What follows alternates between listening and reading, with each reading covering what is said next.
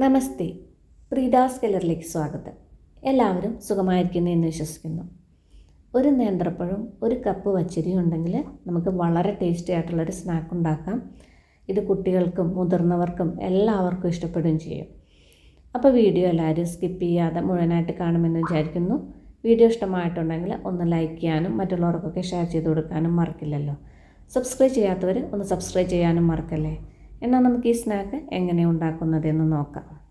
ഒരു കപ്പ് ഇഡ്ഡലി റൈസോ പച്ചരിയോ നന്നായിട്ട് കഴുകിയതിന് ശേഷം 4 മണിക്കൂർ നേരം ഒന്ന് വെള്ളത്തിലിട്ട് വയ്ക്കുക. ഇവിടെ ഞാൻ ഇഡ്ഡലി റൈസാണ് എടുത്തിട്ടുള്ളത്. ഏത് വേണമെങ്കിലും നമുക്ക് യൂസ് ചെയ്യാം.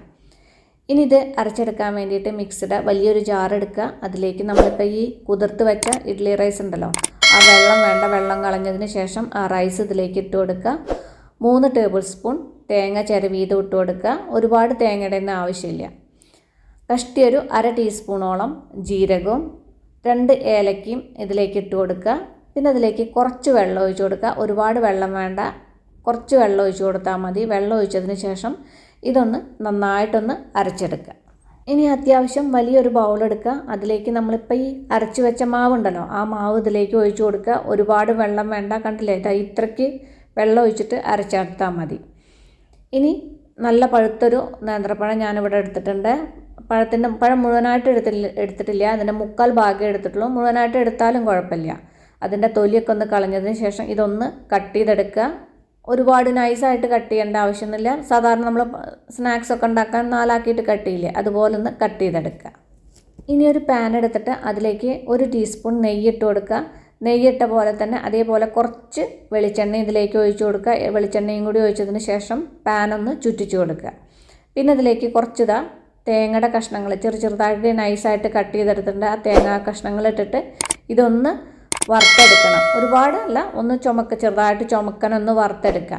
ഇപ്പോൾ ഇതിൻ്റെ ആ തേങ്ങയുടെ കളറൊക്കെ ഒന്ന് മാറി വന്നിട്ടുണ്ട്. ഇതുപോലെ ആയിക്കഴിഞ്ഞാൽ ഇതിലേക്ക് ഞാനിതാ കുറച്ച് ചെറിയ ഉള്ളി നൈസായിട്ട് വട്ടത്തിൽ അരിഞ്ഞിട്ടുണ്ട്. ചെറിയ ഉള്ളിയും കൂടി ഇട്ടിട്ട് ഒന്നുകൂടി ഒന്ന് വഴറ്റിയെടുക്കുക.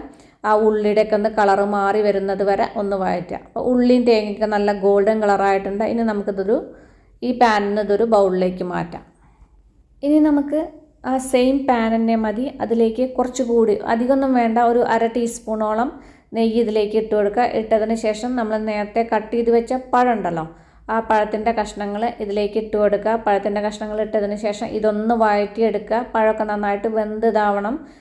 നല്ല പഴുത്ത പഴമുണ്ട്, പെട്ടെന്ന് വഴന്ന് കിട്ടും. ഇപ്പോൾ പഴത്തിൻ്റെ കളറൊക്കെ ഒന്ന് മാറി നന്നായിട്ട് വഴന്ന് വന്നിട്ടുണ്ട്. ഇനി ഇതിലേക്കൊരു 1 ടീസ്പൂൺ പഞ്ചസാര ഇട്ട് കൊടുക്കുക. ഞാനിപ്പോൾ ഇതിവിടെ ബ്രൗൺ ഷുഗറാണ് ഇട്ട് കൊടുക്കുന്നത്. ബ്രൗൺ ഷുഗർ ആവണമെന്ന് നിർബന്ധമില്ല, നമ്മൾ മറ്റേ പഞ്ചസാര ഇട്ട് കൊടുത്താലും മതി. ഇപ്പം ആ പഞ്ചസാരയൊക്കെ മെൽട്ടായിട്ട് പഴത്തിലേക്ക് നന്നായിട്ട് പിടിച്ചിട്ടുണ്ട്. ഇനി നമുക്കിതൊരു പ്ലേറ്റിലേക്ക് മാറ്റാം. പിന്നെ ആ സെയിം പാനിലേക്ക് തന്നെ കഷ്ടിയൊരു 1/2 കപ്പോളം ശർക്കരപ്പൊടി ഇട്ട് കൊടുക്കുക. പിന്നെ കുറച്ച് വെള്ളവും കൂടി ഒഴിച്ചതിന് ശേഷം ഇത് നന്നായിട്ടൊന്ന് ഉരുക്കിയെടുക്കുക. ഇനിയിപ്പോൾ അച്ച് ശർക്കരയാണെങ്കിൽ വലിയൊരു അച്ച് ശർക്കര ഇട്ട് ഉരുക്കിയെടുത്താലും മതി. ഇപ്പം ശർക്കരയൊക്കെ നന്നായിട്ട് ഉരുകി വന്നിട്ടുണ്ട്. ശർക്കര പൊടിയാവുകൊണ്ട് ഇതിൽ കല്ലൊന്നുമില്ല, ഇത് ഡയറക്റ്റായിട്ട് അങ്ങോട്ട് ഒഴിക്കാം. മറ്റേ അച്ച് ശർക്കരയാണെങ്കിൽ അരിച്ചിട്ട് ഒഴിക്കണം. ആ ചൂടോടക്കനെ ആ മാവിലേക്ക് ഒഴിച്ചു കൊടുക്കുക. മാവിലേക്ക് ഒഴിച്ചതിന് ശേഷം നേരെ ഒന്ന് മിക്സ് ചെയ്തെടുക്കുക. അച്ച് ശർക്കരയാണെങ്കിൽ മറ്റേ സ്ട്രെയിനർ വെച്ചിട്ട് ചൂടോടക്കനെ ആ മാവിലേക്ക് ഒഴിച്ചു കൊടുത്താൽ മതി. ഇപ്പം മാവ് നേരെ മിക്സ് ചെയ്ത് കഴിഞ്ഞിട്ടുണ്ട്. മാവിൻ്റെ കൺസിസ്റ്റൻസി എന്ന് പറയുന്നത് ഈ ഒരു കൺസിസ്റ്റൻസിയിൽ മാവ് റെഡിയാക്കി എടുത്താൽ മതി. ഒരുപാട് വെള്ളമാവണ്ട. ഇനി ഇതിലേക്ക് നമ്മൾ നേരത്തെ അവിടെ വറുത്ത് വെച്ച ഉള്ളിയും തേങ്ങയും ഉണ്ടല്ലോ, അതിൻ്റെ പകുതി ഇതിലേക്ക് ഇട്ട് കൊടുക്കുക. പിന്നെ നേരത്തെ അവിടെ വഴറ്റി വെച്ച പഴം ഉണ്ടല്ലോ, ആ പഴത്തിൻ്റെയും പകുതി ഇതിലേക്ക് ഇട്ട് കൊടുക്കുക. പിന്നെ ഇതിലേക്ക് ഒരു 2 പിഞ്ച് ബേക്കിംഗ് സോഡ ഇട്ട് കൊടുക്കുക. ഒരുപാട് വേണ്ട, അതുപോലെ 2 പിഞ്ച് മതി. ഒരു നുള്ള് ഉപ്പ് ഇട്ട് കൊടുത്താൽ മതി. ഉപ്പിട്ടതിന് ശേഷം ഇതൊന്ന് നേരെ മിക്സ് ചെയ്തെടുക്കുക. ഇപ്പം മാവ് നേരെ മിക്സ് ചെയ്ത് കഴിഞ്ഞിട്ടുണ്ട്. ഇനി നമുക്കിത് ഉണ്ടാക്കാം. ഇതുണ്ടാക്കാൻ വേണ്ടിയിട്ട് ഞാനിവിടെ ഒരു അപ്പച്ചട്ടിയാണ് വെക്കുന്നത്. അപ്പച്ചട്ടി ആവണമെന്ന് നിർബന്ധമില്ല, നമ്മുടെ ഉള്ളിയൊക്കെ താളിക്കണ ആ പാത്രമായാലും മതി. അതിലേക്ക് കുറച്ച് നെയ്യ് ഇട്ട് കൊടുക്കുക. ഒരുപാട് വേണ്ട, അതുപോലെ കുറച്ച് മതി. അതുപോലെ ഒരു 2 ഡ്രോപ്സ് എണ്ണ ഒഴിച്ച് കൊടുക്കുക. രണ്ടും കൂടി ഏകദേശം ഒരു 1/4 ടീസ്പൂൺ മതി. ഇനി ഇതിലേക്ക് നമ്മുടെ മാവ് കോരി ഒഴിക്കാം. ഞാൻ ചെറിയ തവി ആവുകൊണ്ട് ഒരു 2 തവി മാവാണ് ഒഴിച്ച് കൊടുക്കുന്നത്. നിങ്ങൾക്ക് എത്ര വേണ്ടെങ്കിൽ അതിനനുസരിച്ചിട്ട് വലിപ്പം വേണ്ടെങ്കിൽ അതിനനുസരിച്ചിട്ട് ഒഴിച്ച് കൊടുത്തോളൂ. പിന്നെ നമ്മുടെ വാട്ടി വെച്ച പഴം ഉണ്ടല്ലോ, ആ പഴത്തിൻ്റെ ഒരു 3-4 കഷ്ണങ്ങളും ഇതിലേക്ക് ഇട്ട് കൊടുക്കുക. ഉള്ളിയും തേങ്ങയും ഉണ്ടല്ലോ അതും കുറച്ച് ഇതിൻ്റെ മുകളിലേക്ക് ഇതുപോലെ ഒന്ന് ഇട്ട് കൊടുക്കുക. ഇട്ടതിന് ശേഷം അടച്ച് വെച്ചിട്ട് ലോ ഫ്ലെയിമിലൊന്ന് കുക്ക് ചെയ്തെടുക്കുക. ഇനി ഇത് തിരിച്ചിട്ട് കൊടുക്കാം. തിരിച്ചിട്ടതിന് ശേഷം വീണ്ടും അടച്ച് വെച്ചിട്ട് ഒന്നുകൂടി ഒന്ന് കുക്ക് ചെയ്തെടുക്കാം.